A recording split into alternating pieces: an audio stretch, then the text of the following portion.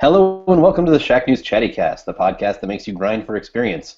I'm your host, Steve Watts. With me today are two guests, our RPG enthusiasts, Andrew Zakowski and Daniel Perez. Hello. Heidi. Good job, guys.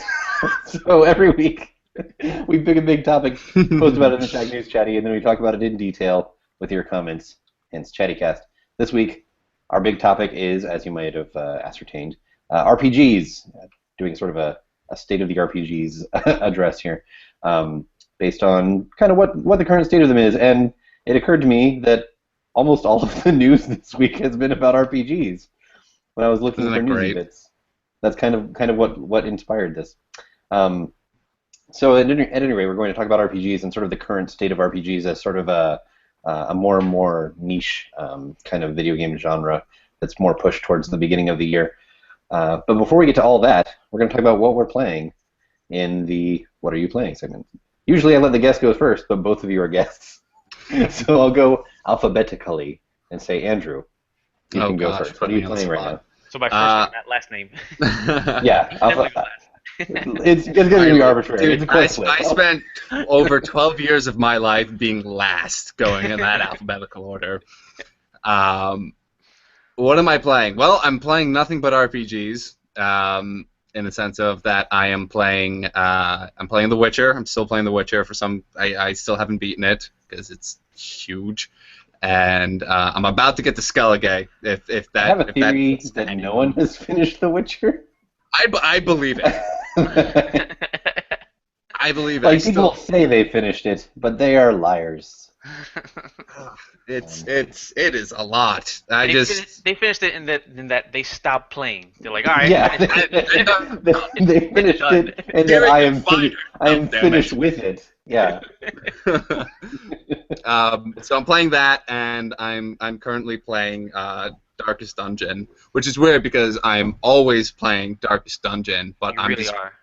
But now you're doing it for your job. I'm doing it for my job, so I'm playing it even more than I normally do. What are you at now? 100 hours or so?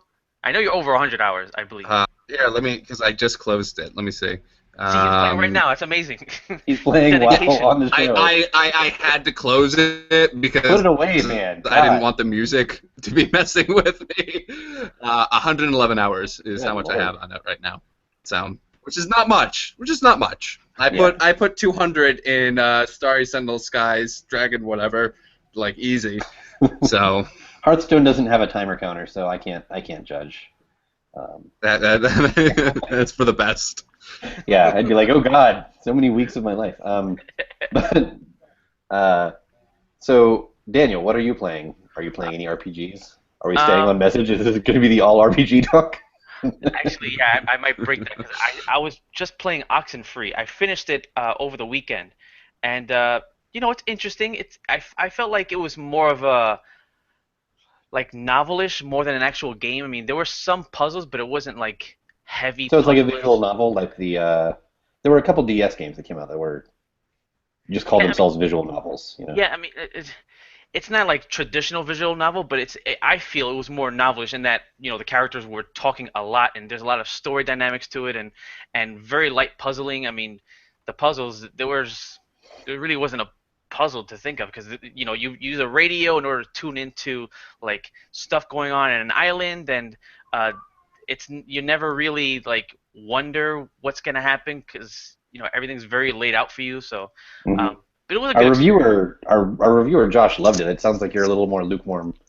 Yeah, I mean, if I reviewed it, I wouldn't have given it such a high score as Josh, especially since I ran into some bugs where literally, I'd be walking with the main character, Alex, and then Jonas is her stepbrother, and sometimes I wouldn't even have the stepbrother with Alex, and his voice acting would just come out of nowhere chatting with me, and I know I didn't even have him.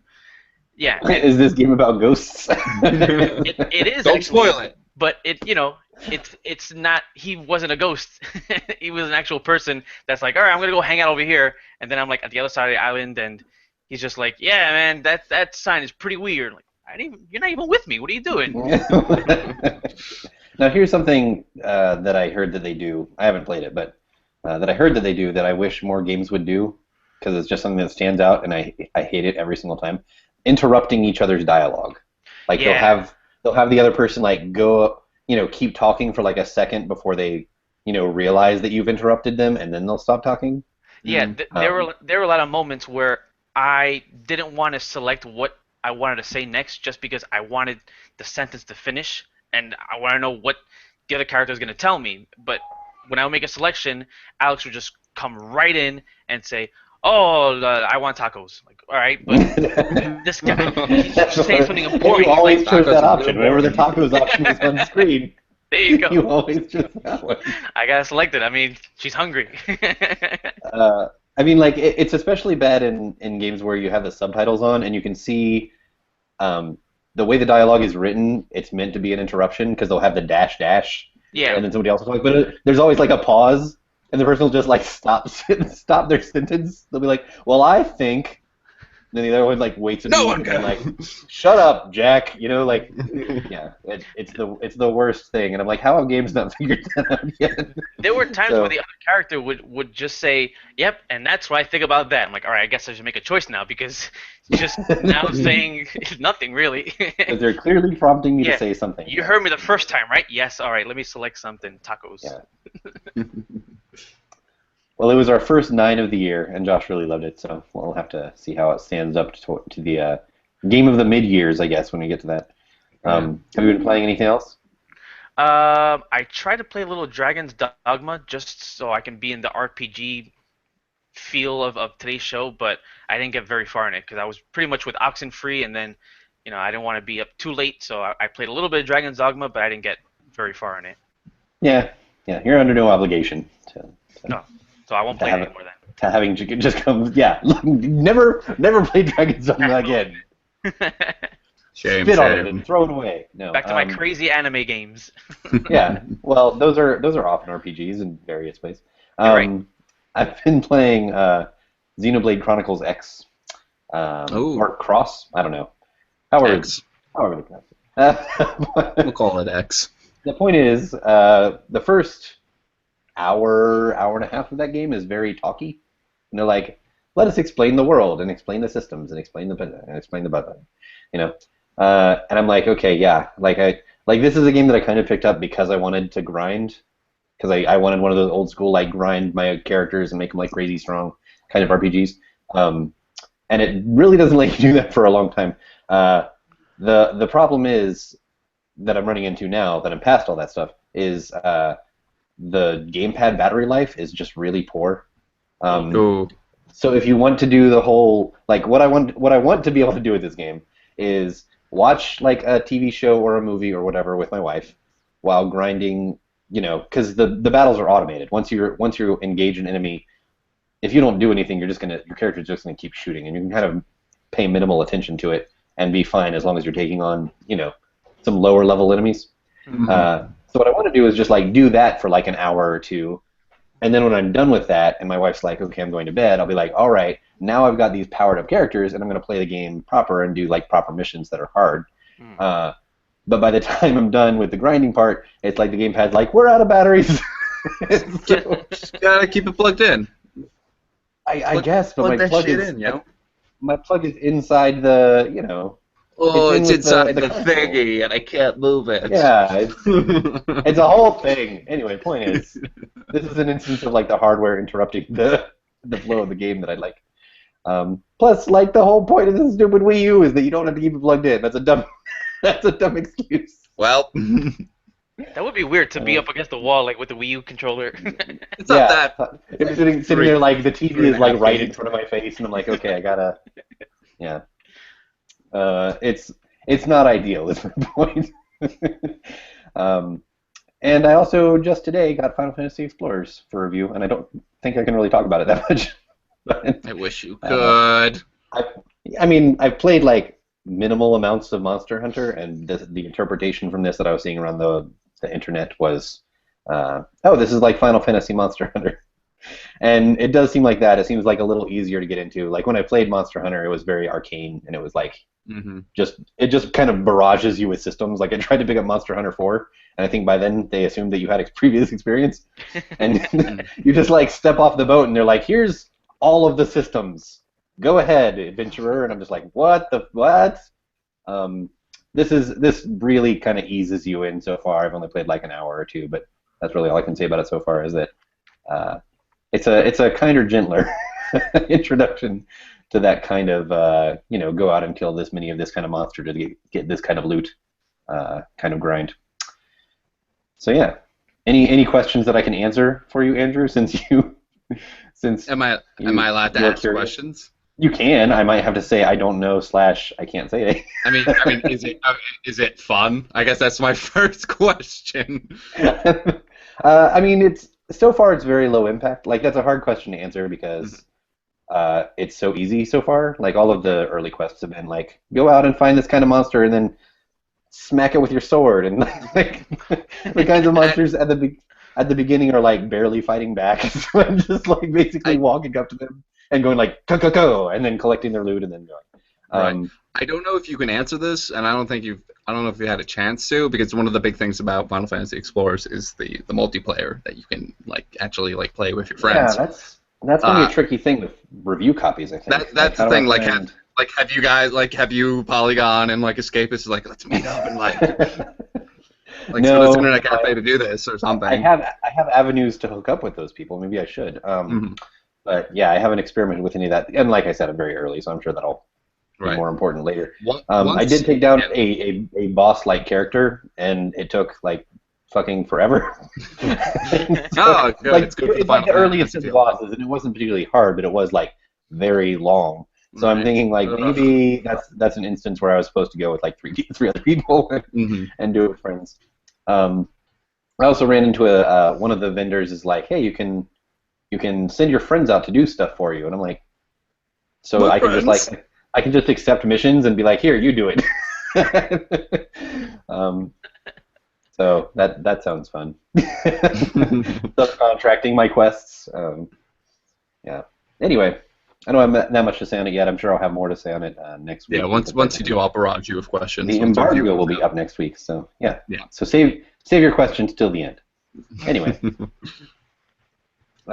So it sounds like we've all been very occupied with RPGs. I think part of that is the time of year.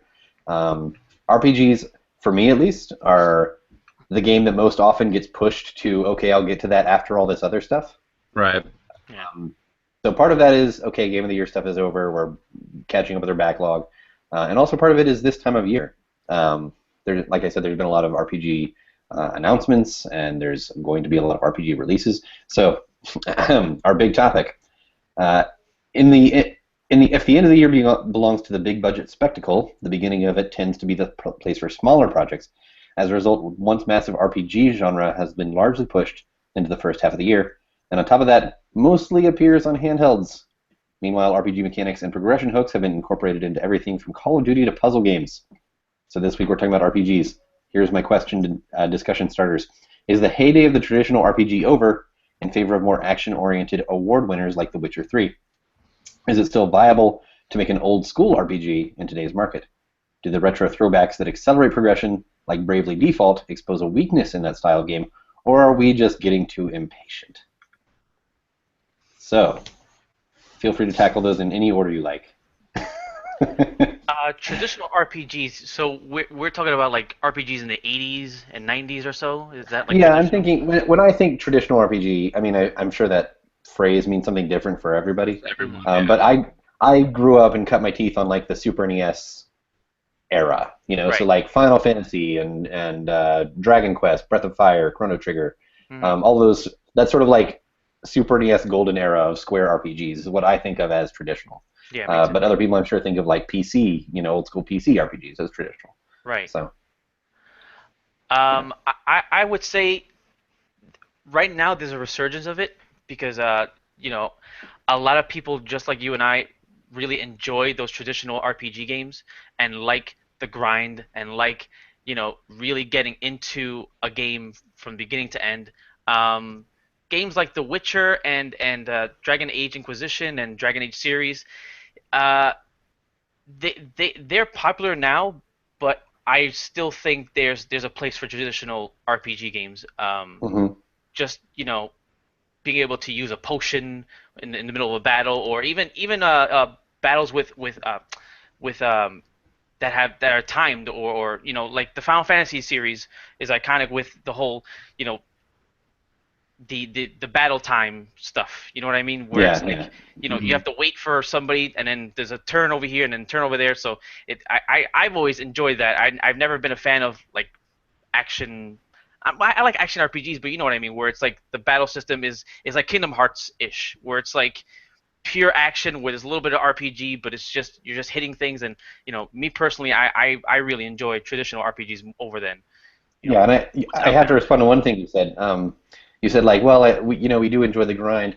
I'm wondering if I do. Like, like I think the reason that Bravely Default resonated with me is that I don't know if I enjoy the grind as much as if I enjoy like the feeling I get from it. Like Right. The reward. because the reason that Bravely Default worked so well for me is that it accelerated that process in a way that I was still kind of grinding. You still have to go out and kind of do it, but it's really fast, and they give you like tools to make it fast, so you still feel like, okay, cool. I went out for 15 minutes and now I'm stronger than I was when I left.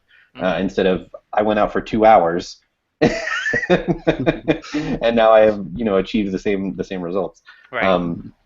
So I think that's sort of the reason that we're seeing these RPGs like Bravely Default, accelerate that process and find little roads that lead to the same spot. And also that's another area that it's hard to define what an RPG is, because you have the old school Final Fantasy, active time battle thing. You have The Witcher, which is more what I would say is like an action RPG. You have things like Xenoblade, which are basically MMOs. Yeah. in the Ability trappings rotation. of a single player RPG, where you have cooldown timers for abilities and things. So there's just a lot of different avenues for RPGs these days.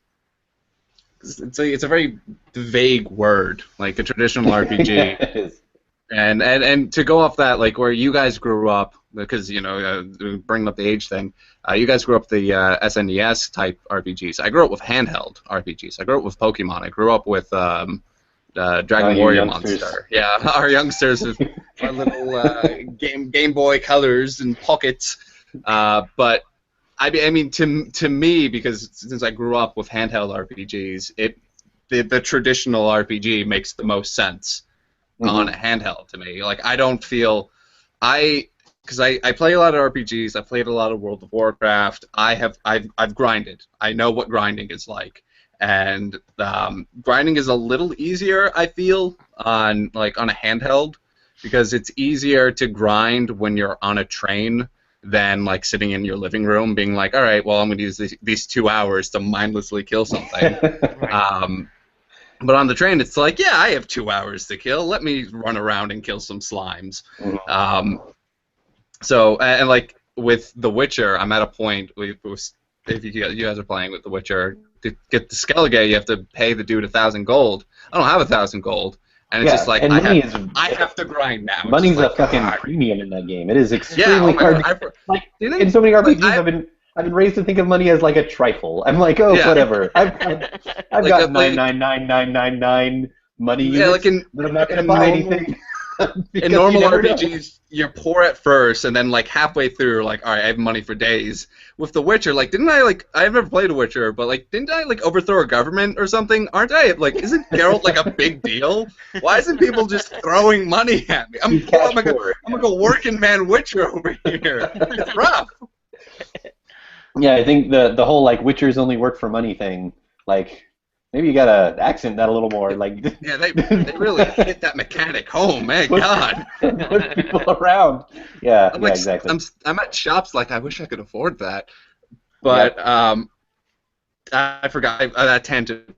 Well, we can go off on a different. I like handheld RPGs. That's where I was going. You brought up Pokemon, which I think is such a weird animal that sort of raised your generation into this, it's our introduction to RPGs. This new generation of RPG lovers, because Pokemon, on the one hand, is like, it's sort of two worlds, because in one way, it's like an extremely stripped down, simplistic RPG, where it's like, okay, there's elemental weaknesses, and once you memorize those, then you kind of got it, and it's just a one-on-one battle. There's not like multiple moving parts, but at the same time, the stat management and math that's like running behind the scenes can get like crazy hardcore. Complex. If you go into like competitive Pokemon tournaments, it's insane. IV training is ludicrous. I read about that one night. Like when I was curious, I was like, oh, what is this? Because I've always played Pokemon games, but I've never taken it seriously enough to even have heard of those things. Mm-hmm. You know, and so I'm like checking into those stats. And what did you call the training? Andrew? Yeah. Yes. I'm checking into the stats and all those things for like optimal progression, and I'm just like, this is an insane rabbit hole. Like, go to this road, kill only golems. That way you can increase your defense by 5 points per level. It's literally insane. Yeah, it's like they've deconstructed. There's a cult of Pokemon fans, and yes, I use the word cult. There's like a little cult of Pokemon fans that God bless them.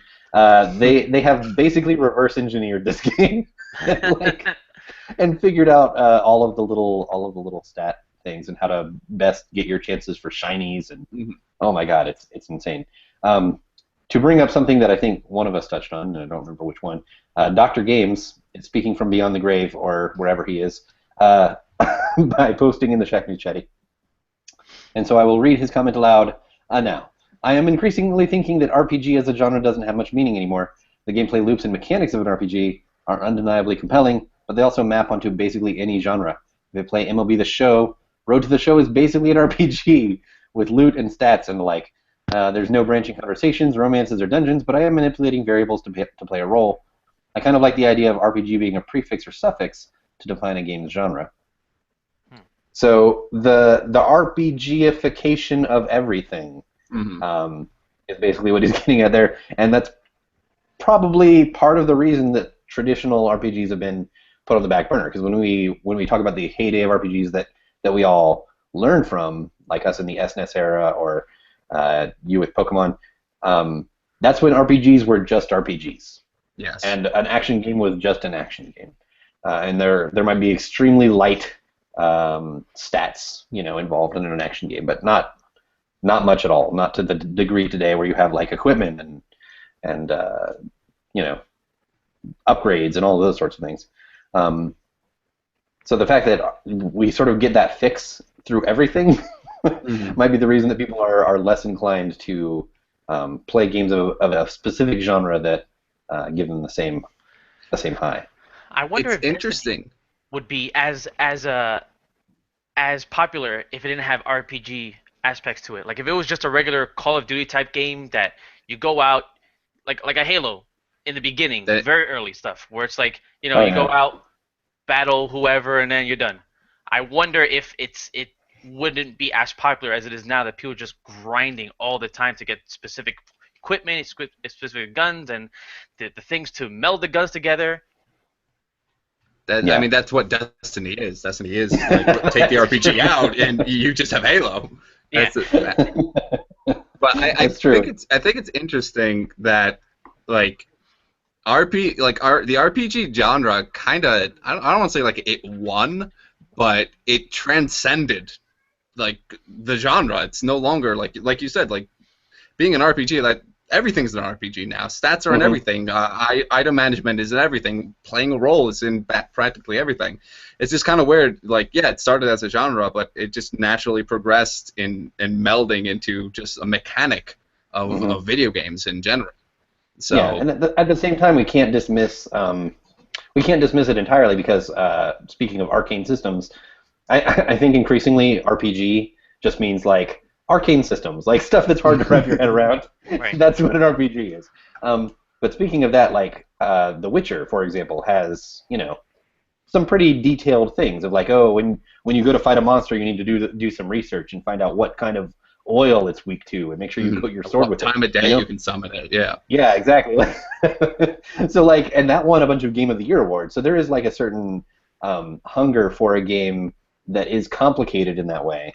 And I don't mean complicated as an insult even. I just mean like people kind of crave complexity, That's something. I think people crave complexity and mastery over games. I think that's like one of the Bloodborne pillars of an RPG. Like with with Pokemon the IV training, like they are mastering that game. Darkest Dungeon, like you go on the forums, it's like this is how to maximize your success and minimize your defeat. That's what I think RPG is, just mastering mechanics, which is like, you know.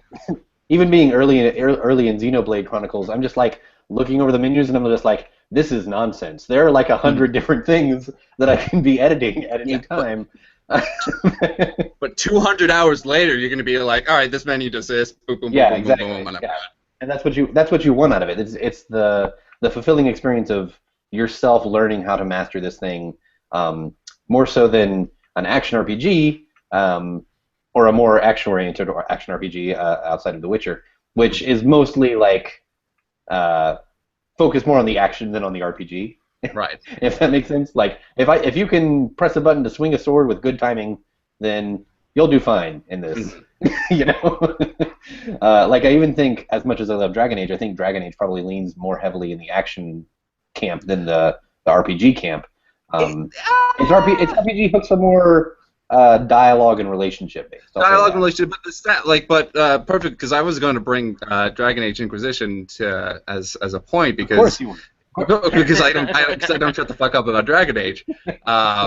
In Dragon Age Inquisition, my dwarf warrior is unkillable. It's like unless you're doing magic damage, I won't get hurt because of like the way that I spect him. And there is like, well, yes. Dragon Age series and BioWare is mainly about world building and character building and dialogue branches and whatnot, but there still is mechanics that you can master, and a lot of people will choose. I guess Dragon Age is more accessible, is what I'm kind of getting at. Yes.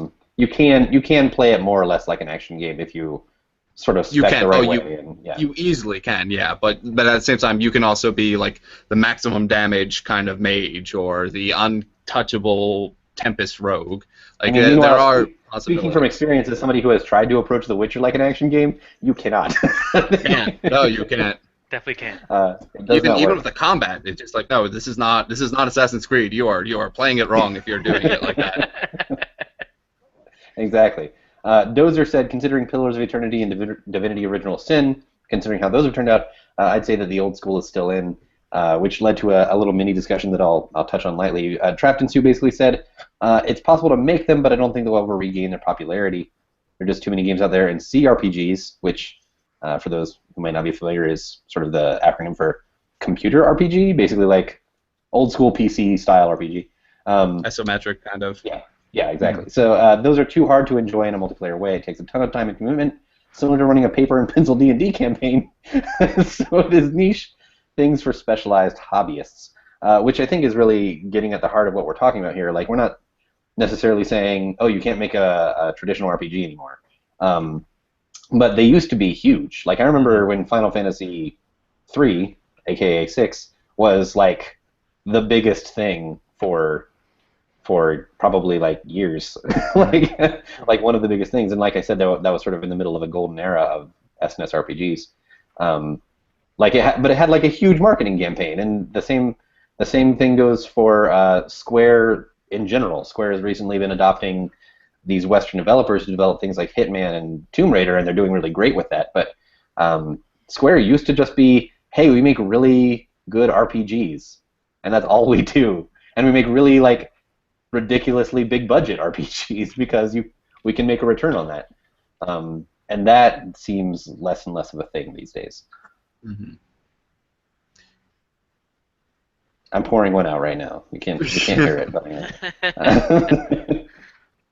I mean that like this sounds sort of melancholy because I do sort of miss it, but like I just don't think we're ever going to get a console again where you're like, oh, Chrono Trigger and Final Fantasy VI, and all of those within the span of like a couple of years from each other, like all hit. Mm-hmm. That just doesn't you have to viable. You also have to factor in with like why RPGs were so great back in the day, like why we cherish those. Like back in the day, like what was Mario? It was you were jumping on a fucking building trying to get Paulina from Donkey Kong. That was it. Asteroids was just you. That was when he was shit. Jumpman, Andrew. Jumpman. Okay, excuse me. Excuse me. My age is showing. Let me hide my diaper. Sorry.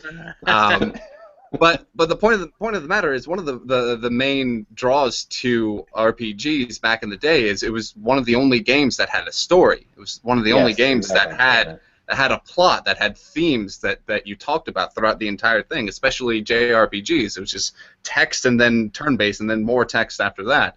Now that video games has grown up as a medium, like now everything has a story. Shit, the fucking basketball game has a story.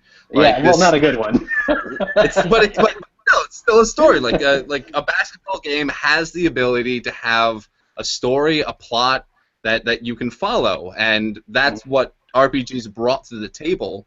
And now it needs to something else to really stick with like, the major people.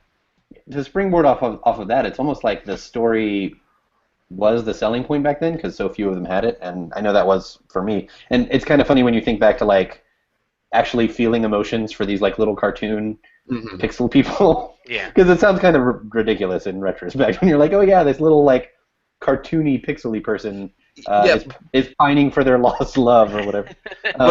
But at the same time, like you get really emotional from ink on a piece of paper when you're reading something. So. Yeah, that's true. But I mean, like the exclusive focus on story, which is not to say it's entirely exclusive, but old school RPGs, the mechanics were fairly simplistic. You know, attack, magic, etc. And you could grind to the point that you basically make them make battles a trifle, like where whatever, I can fight through whatever easily. So like it was just an investment of time to make yourself stronger. It wasn't like really an investment of skill as much. And I'm kind of wondering if the modern equivalent of a game that is very primarily focused on story is now the adventure games. Like have adventure games sort of taken that over where RPGs left off, where it's not really so much about the mechanics. Their mechanics are there, and they're fine, but it's not really about that. It's about telling this story. Narrative, right. Yeah. I think it's the way adventure games are delivered too these days. Now it's like it's as if it's a movie, pretty much. When RPGs, they don't. I mean, the Final Fantasy series has gotten crazy with what they show and everything going on, but it still hasn't gotten to the quality of like an Uncharted or a Rise of or Tomb Raider actually. So maybe that could be why adventure games people are more sucked into that story than Cloud once again fighting Sephiroth or whatever. Yeah, yeah. And I mean, that's something that I actually have to compliment Final Fantasy for, and specifically Final Fantasy and I guess just, Square RPGs like Chrono Trigger.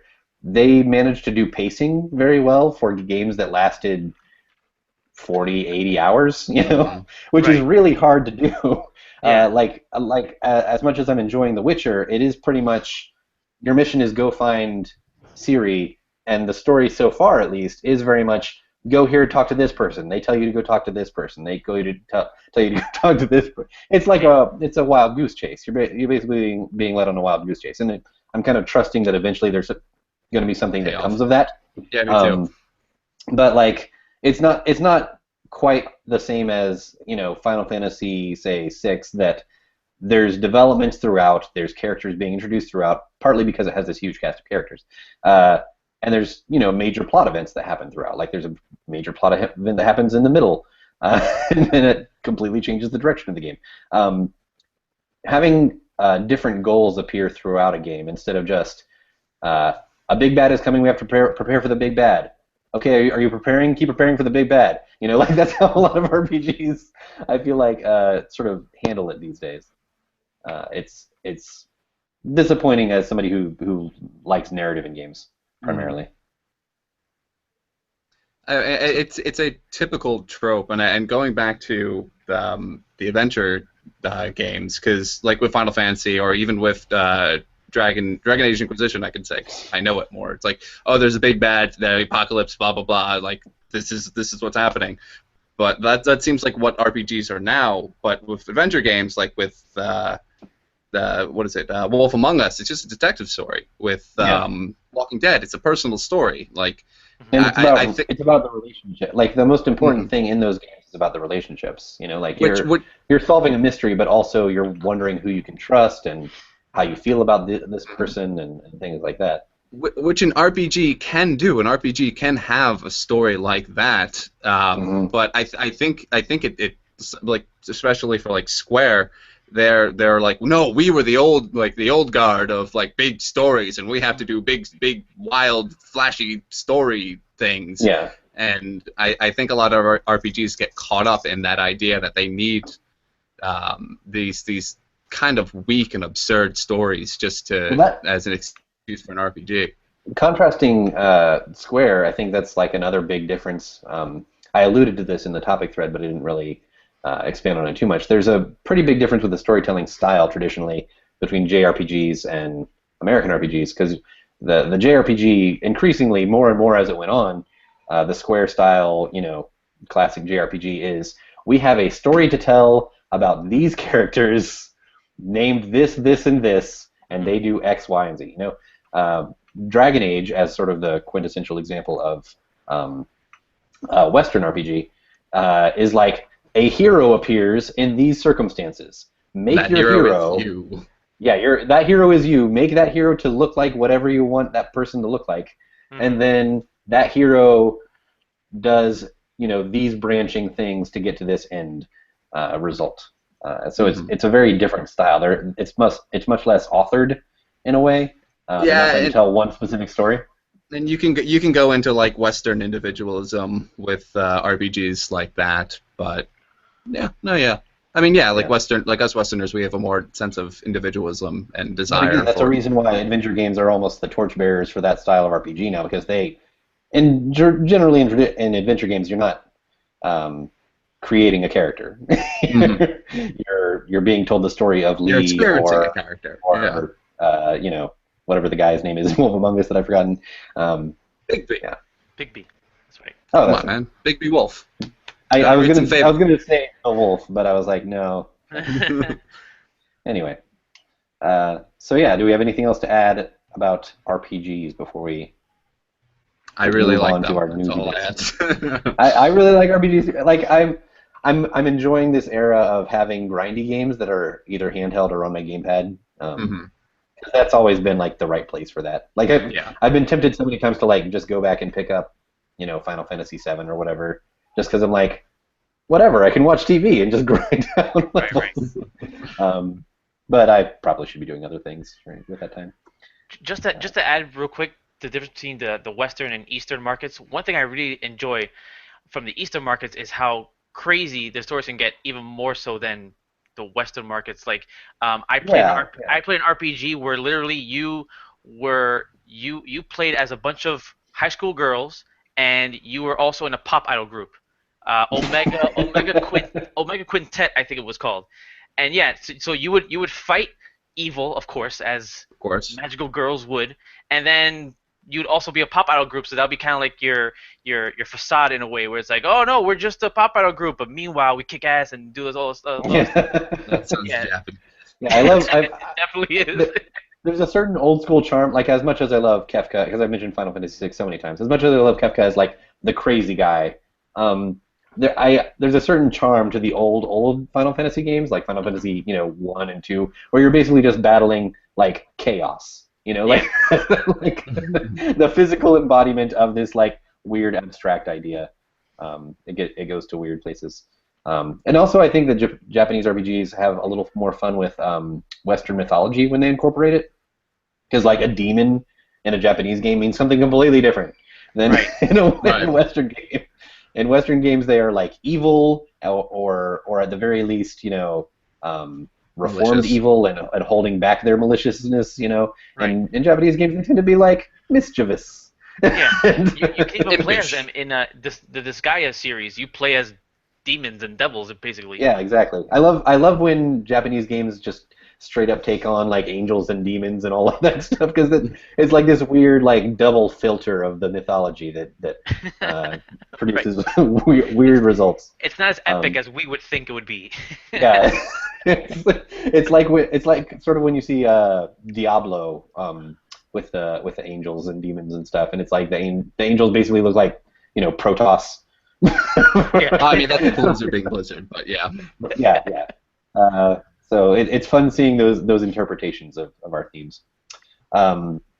All right, we can move on to Newsy Bits. As I mentioned, part of the reason that I chose this topic was because I was looking through the Newsy Bits and I was like, holy crap, there's been a lot of RPG news. So I'll go through some of these items real quick and we'll just chime in about them as necessary. I have a couple non-RPG stories that are arguably bigger, but there was a major glut of RPG stories to get to. Yeah, all RPG all the time here on Check News. So Bravely Default is getting a collector's edition. Not that exciting, but I'm looking forward to Bravely Default. What's in it? Do we know what's in it? It's an art book and a soundtrack, and it costs about twice as much. Oh, fuck. Well, licensing fees, you gotta pay the artists. Yeah, I mean, it's a 250-page art book, so it's like, that sounds like a pretty detailed art book. There's probably all manner of weird, uncomfortable artwork about Agnes in there. So I'm there then. I am pre-ordering. For some reason, the artists are like, Agnes, let's sexualize the nun. Yeah. Why? the dullest character in that. Let's go for it. Meanwhile, there's also a Fire Emblem. There's all sorts of crazy things that can happen with Fire Emblem. A lot of Fire Emblem. There's 3 Fire Emblem games.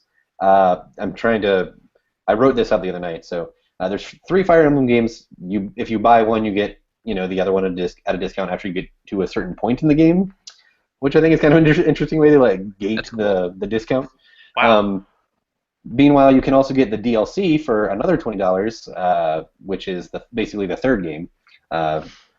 And also they're releasing a special edition 3DS console, which is really cool looking. It's white and black. It costs $200. It does not include the game. Yeah, I never understood those. Which is weird. If you're promote the game on the front, just throw it in there. I'm sure they're going to get just Fire Emblem fans to buy that. Like, these aren't people who are going to be buying a 3DS to have a 3DS because they already have do. the 3DS. Yeah. Yeah. But I'm sure they're going to get just collectors.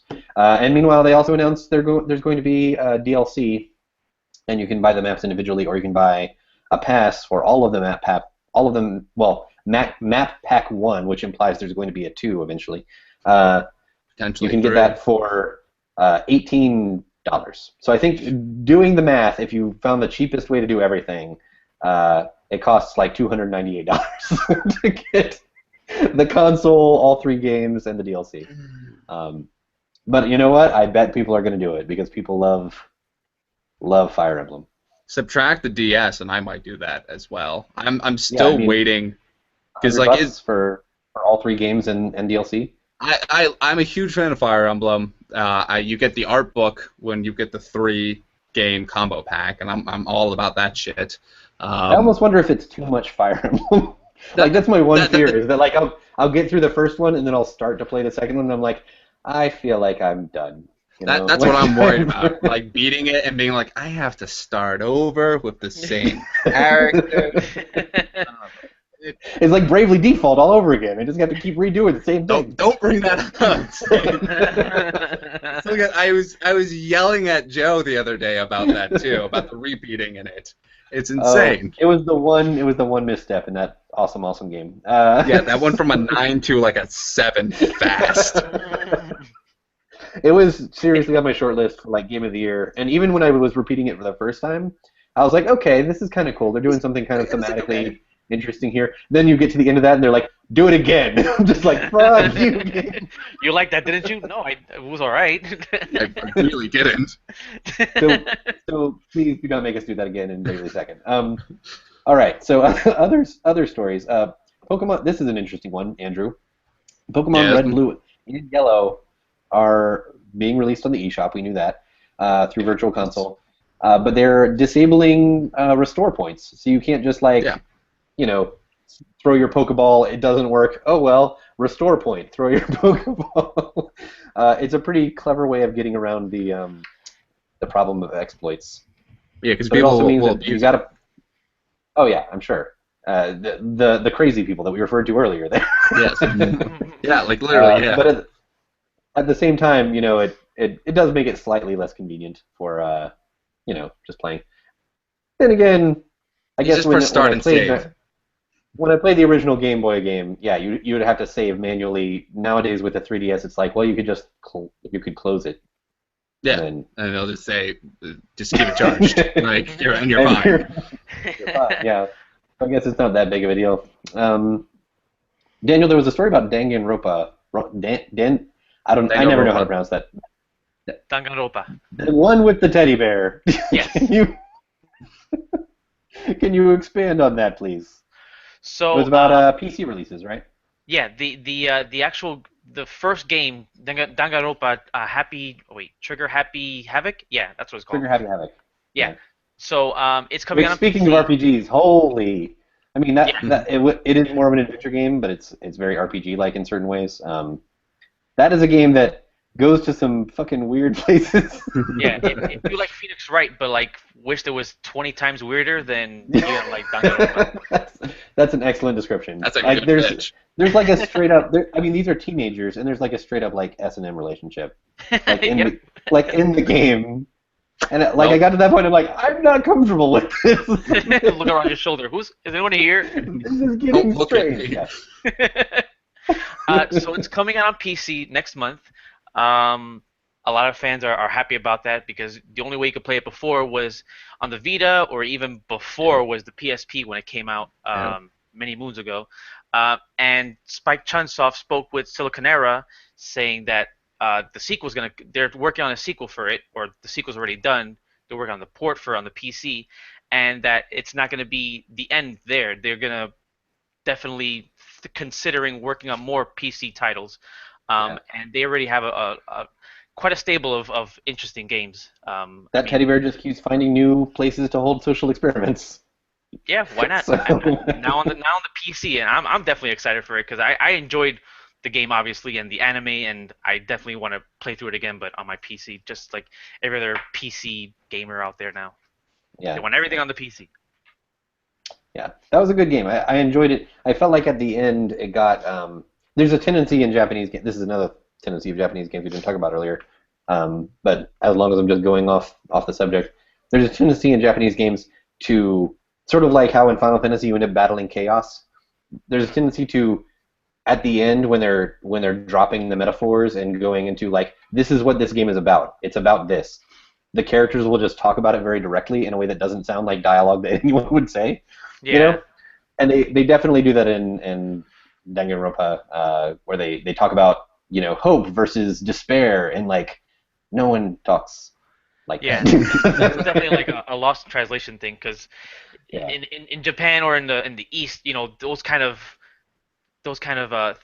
when you talk like that, it's more meaningful. Over here, yeah. if you talk about hope and love and for The all that, the battle between hope and despair, and Friendship. yeah, it's yeah, it got funny. So we'll talk about these other non-RPG stories real quick. Nintendo NX survey points at 900p resolution, achievements 4K, video streaming, and more. We're maybe, possibly, sort of getting an idea of what the NX is all about. We still actually have no idea. far But from it. speculation is fun, and the theories are going to get weirder and weirder as time goes on. So, Daniel, give us a quick rundown for this one. So yeah, the a Twitter user, Liam Robertson, a source of his submitted a GFK survey, which is a client of Nintendo, and the survey itself just happened to mention a bunch of Nintendo NX stuff. Mentioned that what you said, it would have 900p resolution, 60 frames per second, support 4K video streaming, achievements would be great to have. In the box, you get a Nintendo NX console, a sensor bar, which seems kind of strange to me that they Still continue supporting the doing Wii. sensor bars Yeah. yeah, controller and HDMI cable. It seems very interesting, especially since there was a report a couple of months ago saying that uh, the NX would have industry-leading chips, and 900p doesn't seem industry-leading to Doesn't me. seem like that, no. Yeah. I mean, the achievements thing, I'm like, okay, that makes sense because they want to be on par with the other consoles. They want, I mean, I think what Nintendo wants, they want to do their own thing, obviously, because they always do. But I think they also want to be a home that other game developers can just port their stuff to easily, Hmm. and they haven't traditionally done that because it hasn't been very easy. So achievements is one thing that's like, okay, well, that's an easy thing to bring over. That suggests parity between consoles. 900p, not so much. Um, Yeah, and we had some chatty users. Flip mentioning probably limiting the graphics so the games look the same on the handheld unit. I could see that happening, but again, I don't understand why they just don't go for the 1080p and Yeah, then are we just not there yeah, to do and Also, then that? what if it's?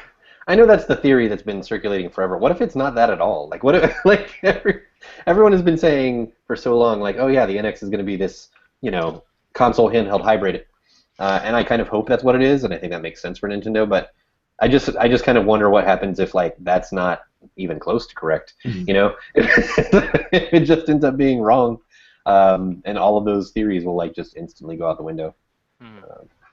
It's so weird. We know so little about this, but supposedly we're going to learn sometime this year. Yeah, and yet Also, we this should year is mention the that like early. usually these surveys are not presented in the context of here's what this game slash console slash whatever will have. Mhm. It's would you buy it if it had this, or would you be more likely to buy it if it had this? They're gauging features to sort of understand what people want more than other things, so they can prioritize. That's usually what these polls are all about. Well, it's good it came So. out because no one likes this. Yeah. So they'll be like, oh wow, people hate this. Alright, back to the drawing board. Well, Let's go That's not good. 1000p. Yeah. All right, that's good. That's a whole 100 more P's. Come on, guys. So all right, it's time for the show, which I normally call Beat the Doc. Instead, I'm going to call it Beat Each Other. Ugh. Andrew, Yep. would you like to? So I'm just gonna stand back. Anyway, today's game is RPG box quotes. shit. Okay. I'm going to read you a quote from the back of the box of a well-known RPG, He's and you lying. tell me what the game is. These aren't like crazy obscure RPGs, okay? Like, I'm That's honestly last trying. week's. I'm honestly not trying to fuck with you. All right. So earlier I had Andrew go first for what are you playing. I'll have Daniel go first for beat each other. Betrayal and darker dealings await in Squaresoft's Game of War. Fight hundreds of battles across dangerous 3D terrain as an ancient blood feud awakens a deadlier foe. I'm gonna guess Final Fantasy Tactics. It is Final Fantasy Tactics. You see, this is He's choosing All right. scores. one of my favorite RPGs slash games of ever. Agreed. Yep. And one of those that totally Japaneseizes the Western religious mythology, which I enjoy. Basically, the spoilers for this like 15-year-old game, but the end boss is basically like their version of Jesus Christ. It's like the weirdest, Wow. Thanks the for the weirdest thing. It's like the prophet or whatever, but the analogs are definitely there. Anyway, all right, Andrew. Yes. Oh, by the way, I say blank when it would just be like the name of the thing. So, the blank has withstood countless deadly attacks, but the greatest of threats comes from within. As a master of the martial arts, will you restore this ancient land to its former glory, or crush it to death with your own heel? Shit. Jade Empire. Jade Empire, yeah, see? Oh, shit. Wow. This isn't that bad. Now they get slightly harder. All right, Daniel. Damn it. It's been 80 long years since your ancestor, the blank, tread across the wastelands as you now search for the Garden of Eden creation kit to save your primitive village. Tough choices and even tougher consequences await you. Glad you got that one. I'm gonna guess Chrono Trigger. No. I'm sorry. That is Fallout 2. You tread across the wastelands. Thought that would be a giveaway. There was some kind of Fallout. I wouldn't all have right. gotten it either. Andrew, welcome to Sigil, the City of Doors, a place with gates that lead anywhere in existence, provided you have the proper key. This feels like everything in the description was like I'm gonna say so on the Kingdom nose. Hearts. I'm gonna say Kingdom Hearts. No, it's Oh. not Kingdom I Hearts. was thinking the same thing. Ooh. No, it's Planescape Tournament. And I feel like if you had played Planescape Tournament, everything in that sentence was a dead giveaway. I've never played it. Spoiler. But if I've you never hadn't played that played game it, before. it sounds like nothing. Yeah, that's what I. Yeah, that's it what I enjoy about that sounded one. like doors. Just a bunch of Um, words. Sigil, the City of Doors. Come on, it's a place Yeah, of gates of course. that lead When I think anywhere in existence. now that you say it, I completely know. Yeah, obviously. Obviously. All right, so this one's a tiebreaker. Buzz in when you know the answer by saying the word buzz. So An evil shroud covers the world in darkness. You must restore the powers of earth, wind, fire, and water to the four orbs. Buzz. Buzz. Yes. Daniel? Final Fantasy. Final Fantasy! The original Final Fantasy. Damn it. Wow. Good job. You thought- Three. You thought? Alright. Oh, you gonna say 3? Oh. No, it was the original OG. I decided to go OG for the final tiebreaker. So yeah, Daniel wins. You're our reigning champion Yay. until the Doc returns to be beaten, as is his job. So, speaking of RPGs, Ozzy's not here this week. He's traveling yet again because that's just what we That's make what him he does. do. Yeah. He's stuck in an airport or something probably. Anyway, point is, he can't plug his own content, but I'll plug it for him.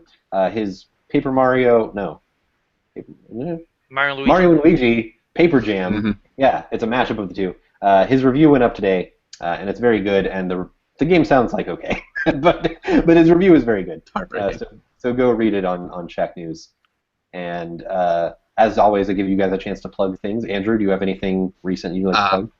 I'm gonna get that fucking Darkest Dungeon review done. Hopefully today. Yeah. Hopefully. I'm like hopefully.